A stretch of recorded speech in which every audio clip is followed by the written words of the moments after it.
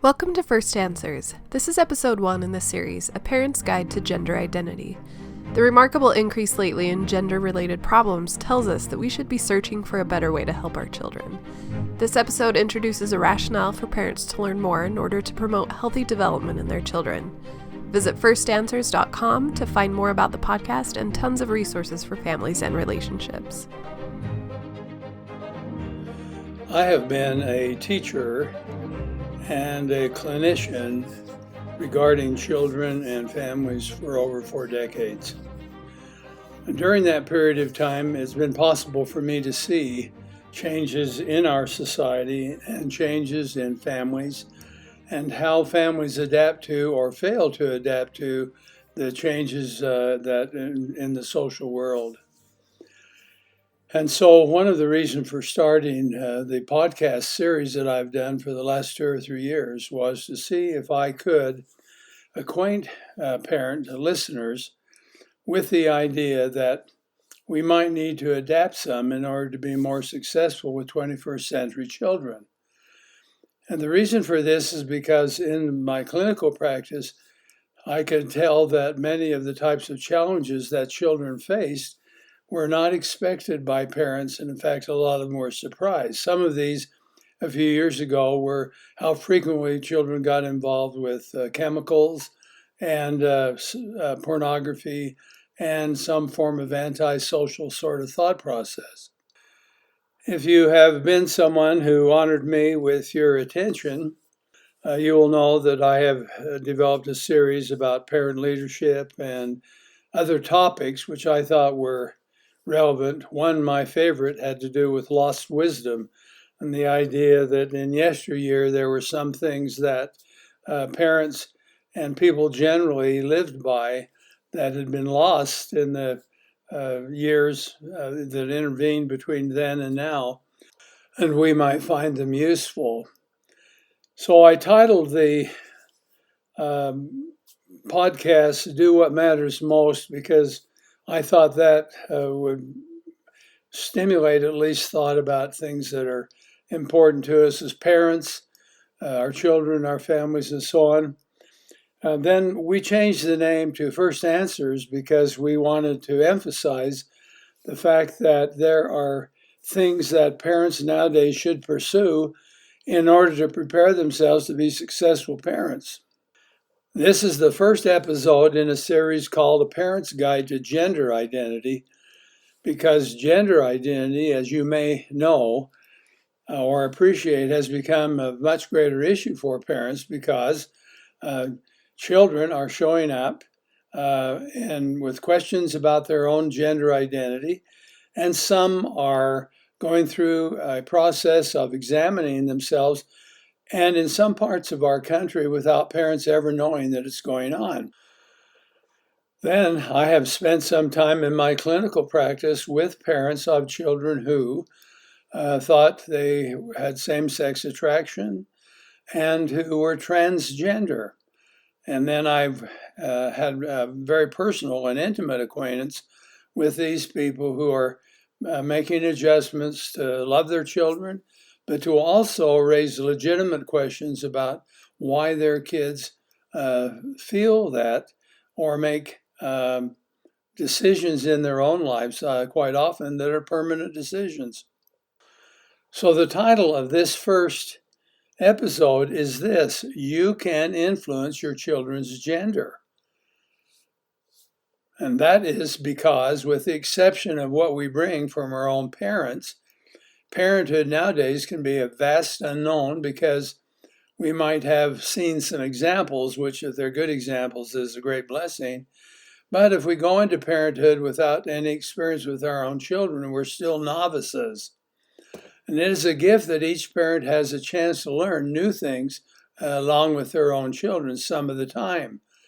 But when it comes to learning how to promote a child's secure and positive gender identity, it is often more difficult because most parents are unfamiliar with what that is and how it fits into the rest of a child's life.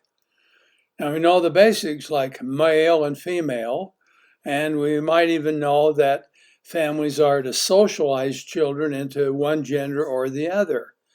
But it might also be the case that we're having to face situations where there are some in-betweens that we're unfamiliar with and not know what to do about it. And that's largely the reason why many, if not most parents, believe identity is something that takes place naturally and children will build their own by themselves. Now, we're now seeing this is not the path of growth many children take in modern times. And this is because both their parents and family and the environment around them may not be organized in a way that promotes a healthy and accurate identity. For many reasons, parents may lack knowledge, be too busy, and/or have emotional challenges all their own. And the world children live in with social media, diverse values, and other distractions is often highly confusing and potentially disruptive and harmful.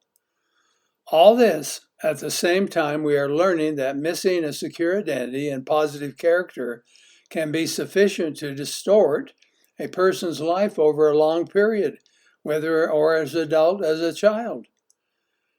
Now, the growing number of children and adults with identity-related mental and emotional problems cry out for a better approach.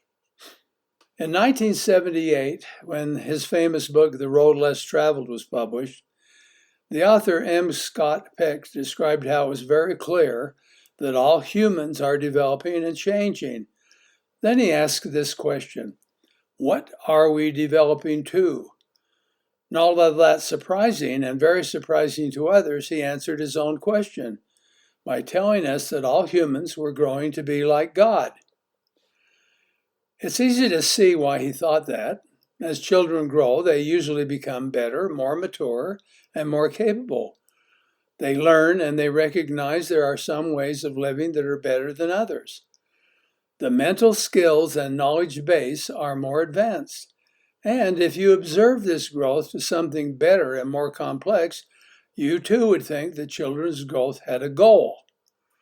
Now, this lesson or episode is designed to introduce you to the idea that all human development does have an outcome or outcomes it is seeking. Children start as individuals with a name and parental expectations and continue to gain experiences, and while doing so, they change physically, mentally, emotionally, socially, and, by the way, morally. These experiences are many and varied, including individual actions, emotions, and beliefs, a large variety of interaction with others, and inclusion and participation in cultural and society experiences. Now, if a person is healthy, all these experiences become organized and consolidated.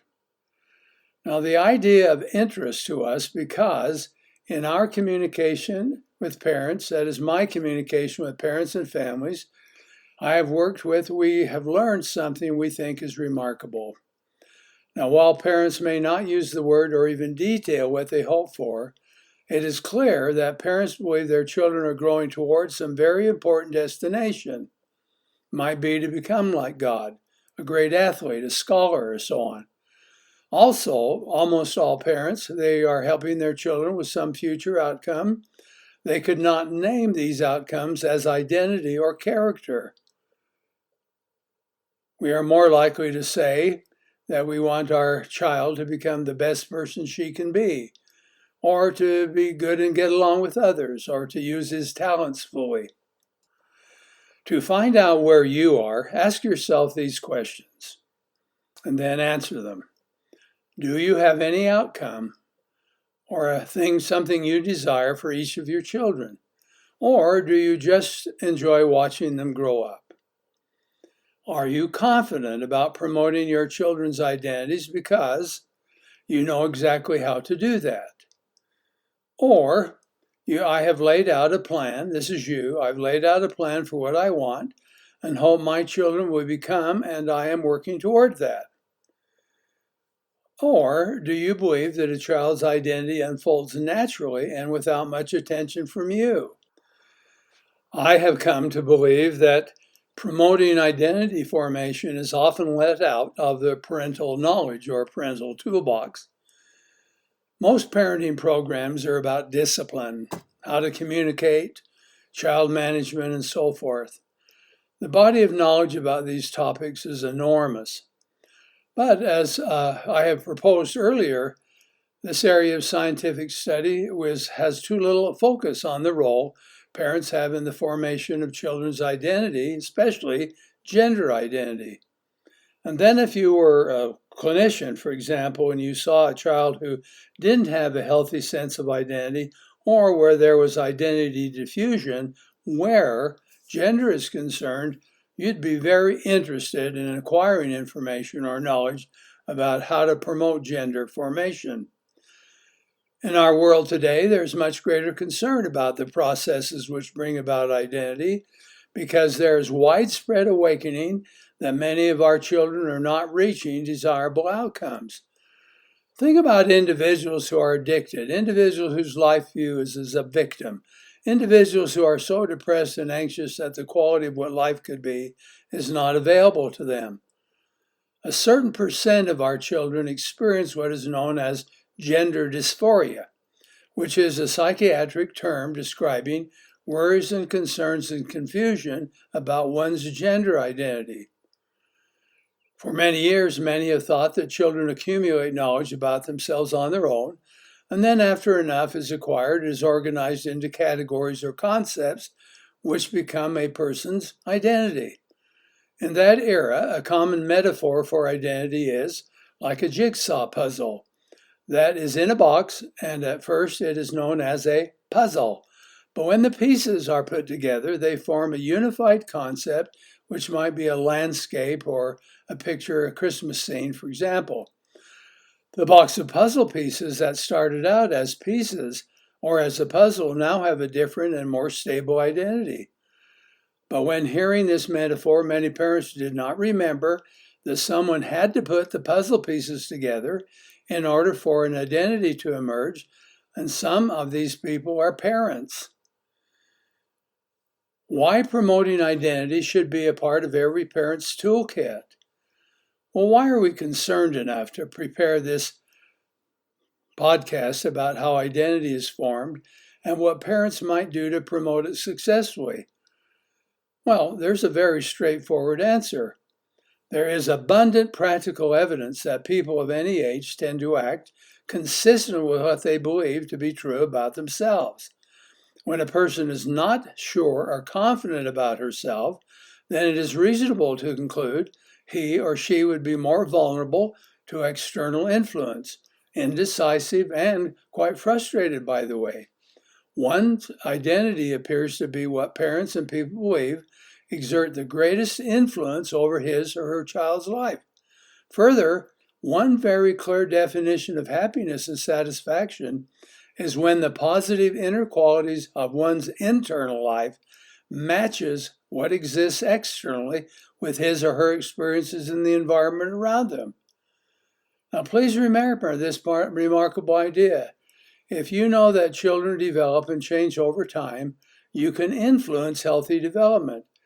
If you are willing to learn how, even though the role of genetics is significant, then you can have a very effective role in the formation of your children's personality, gender identity, and character.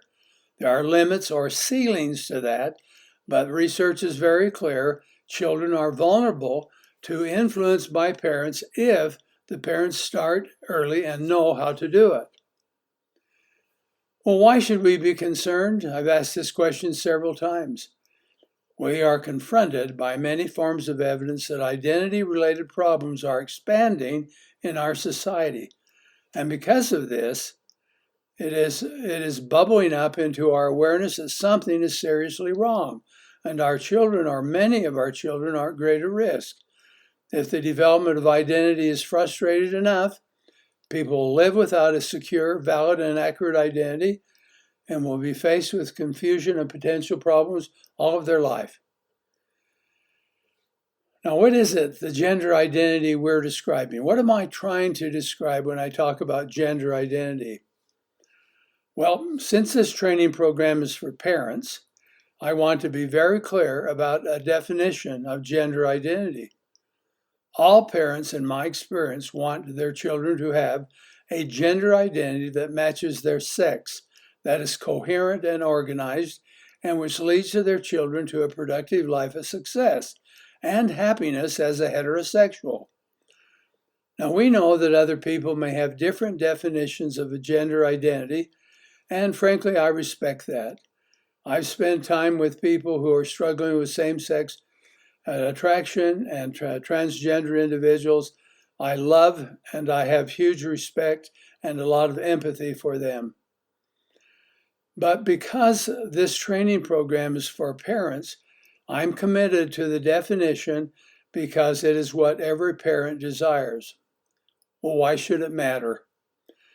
It is more widely appreciated that those who are confused and do not have the ability to continue refining and improving their sense of identity may fail at the life tasks which require positive and consistent behavior over time.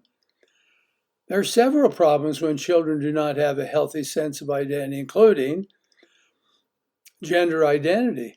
Not all individuals experience these problems, but research suggests that those with some gender confusion are more vulnerable to them. These include depression and other emotional disorders. Many feel persistent confusion and social despair. Some difficulty exists feeling controlled and being misunderstood, not trusting traditional social mores, and being successfully married to generate a moral framework to live by.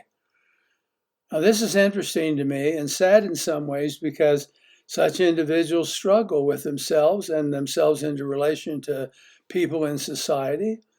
Can you imagine briefly what it is like to have confusion or unhappiness about yourself and then have other people disrespect it, disregard it, or in fact be hostile to it? So identity is not easy to understand, let alone figure how to promote it. So let's propose that I'm going to provide a brief history and provide a behavioral science description of it. Then I'm going to give an example of how it might develop and what it can mean for you. Now, I'm doing this to ensure you have some basic background about it so you'll be able to confidently promote it in the lives of your children or your grandchildren. Ideas about identity formation have been around a long time, and as they have turned out as a social role or as the totality of one's belief and experience. To show a sprinkling of how it is used, consider Jane Austen's British roles of lady and gentleman. It shows up in William Shakespeare's To Be or Not to Be. That is the question. It is in Christian literature where the dramatic statement was made concerning Jesus Christ. Behold the man. It is also found in the writings of William James, a very prominent psychologist of yesteryear and philosopher who lived in the early 1900s and wrote about the varieties of life experience. But as a developing and growing process, idea about our identity was not formalized until Erik Erikson published his 8 stages of psychosocial development in the 1950s. In his book, Childhood and Society, he laid out an explanation for children's identity that occurred in 8 developmental stages, describing how a person could complete or not complete each stage. His version of identity was not specifically about gender identity, and as I note that what identity is, he organized it and laid out a plan that became so popular, it became the basic understanding that people had going to school and thereafter of what identity actually means. As you listen, please pay attention to the concepts so that you can note what is developmental, that is, that changes over time. He had 3 or 4 principles that sort of make sense out of his theory, so I'll give them to you one at a time. First, identity formation occurs in stages, and so successful completion of each stage is supposed to result in a healthy personality. 2, that as development occurs, there's always tension between 2 approaches. Development takes place because each form of development has an opposite, where success and potential failure are linked. 3. Change happens in order to resolve a developmental crisis or some problem or difficulty. Human beings will change and solve that by learning something new. 4. 8 stages are involved. Subsequent research supports his description of the 8 stages in order he described, but there's not full agreement about what it takes to move from one stage to the next. And then number 5, failure at one stage prevents growth or successful completion of the next. And that's a very interesting idea, because what that means is we need to be sure as parents to promote healthy development of identity at each of these stages, and then we can ensure children's health thereafter. So he identified 8 stages and gave them names, and remember that they occurred in paired opposites. I'm going to identify these and give them to you now, but I'm not going to explain them, and I will do so in the next podcast, because this podcast is already a little long. His stages are like this. They're called psychosocial stages.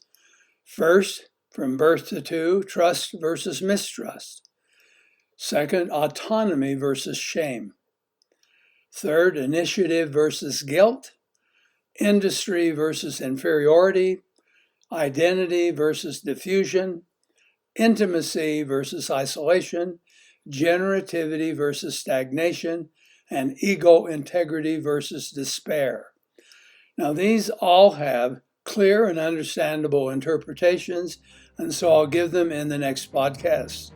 But for this one, let me remind you that this podcast is designed to add to your knowledge so you can promote healthy development of identity in your children. Thank you for listening. Thank you for listening to this episode of the First Answers podcast, which is sponsored by firstanswers.com, where you can find new tools for families and parents of 21st century kids, with a focus on emotional self-reliance. Find First Answers on Facebook, and remember to subscribe to stay up to date with new episodes. Give us a rating and write a review on the Podcasts app or Google Podcasts, and let us know what you think about First Answers. Check out another podcast by Dr. Scoresby called The Christ Questions, which is centered on questions we ask about Jesus Christ and questions he asks us. Dr. Scoresby examines how Christians can build faith in Jesus Christ that lasts and discover the true blessings and rewards for believing.